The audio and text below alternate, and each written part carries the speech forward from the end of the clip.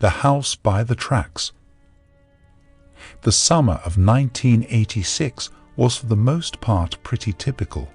I was 10 years old at the time, so we were doing the things 10-year-old boys love to do, like swimming, riding around on our bikes, and playing little league games. The area I grew up in was very rural, populated mostly by farmers and their kids. The nearest town to us had a population of under 100, and while it didn't offer much for kids to do, we usually didn't have a hard time making our own fun. One Friday, me and my friends Kevin, Mike and Scott decided to walk the train tracks that went out of town. Already familiar with what was down the tracks to the east, we decided to explore the western stretch. The tracks leading west out of town were far more raw, as they cut through a tree-lined valley that extended for miles, with the trees forming a canopy that made it feel more like a tunnel than a path. About 2 miles down the tracks, we came across an old, run-down house about 100 feet from the tracks. There were no apparent roads leading to it, which led us to think it was probably just an old abandoned farmhouse. The house was badly in need of maintenance, with flaking paint and broken boards on the porch. However, there was a strong feeling that someone still lived there and was probably not at home when we stumbled across it. We entered the house, and it was as run down on the inside as it was outside. The furniture was very old, with rips and scratches. The air had the faint smell of smoke, not like cigarettes or cigars, but more like a fireplace, though I didn't see a fireplace or a fire-burning stove inside. The wallpaper was faded and peeling away from the plaster walls. Lots of knickknacks were on display on shelves and curio cabinets.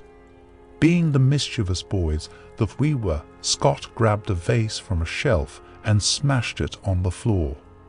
Nervous laughter erupted, followed by a brief pause before Mike and Kevin joined in on the juvenile vandalism.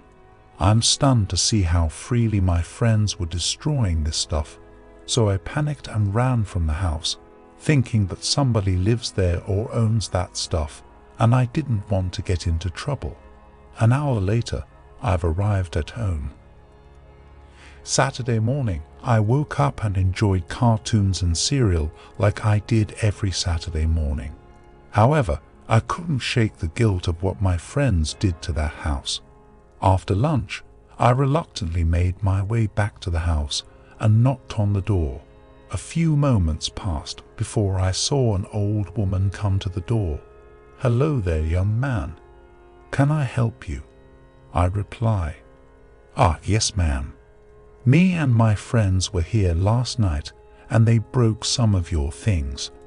I wanted to apologize." The old woman replied, "Yes, I know. I caught the other 3 boys in the act. Anyway, it's really not that important. It shows a lot of character that you came back to apologize. My name is Maggie. Would you like to come in and visit for a few minutes?" I agreed and entered the house again. From what I could tell, the house had been cleaned up following our rampage. I even noticed the vase that Scott smashed sitting back where I'd seen it the night before. She must have had another one stashed away somewhere. We sat in the living room and she asked me typical questions like my name, my interests, and so on. A few minutes of pleasantries passed before she paused and said, "Now where are my manners? Would you like some milk and cookies?" Naturally, I took her up on the offer. As she left to go to the kitchen, I realized that I had completely forgotten about my baseball game later that afternoon. Bolting from the chair, I tell the woman, "I'm sorry, but I forgot I have a baseball game this afternoon and I'm going to be late. I'll come back another day." Before she can protest, I'm already out the door and heading back home. Again, I found myself running away from the house for the second time in 2 days. I made it home just in time to leave for the baseball game, but we didn't get to play since my friends didn't show up. They must have been grounded after getting caught by Maggie, and she tattled to their parents about the vandalism.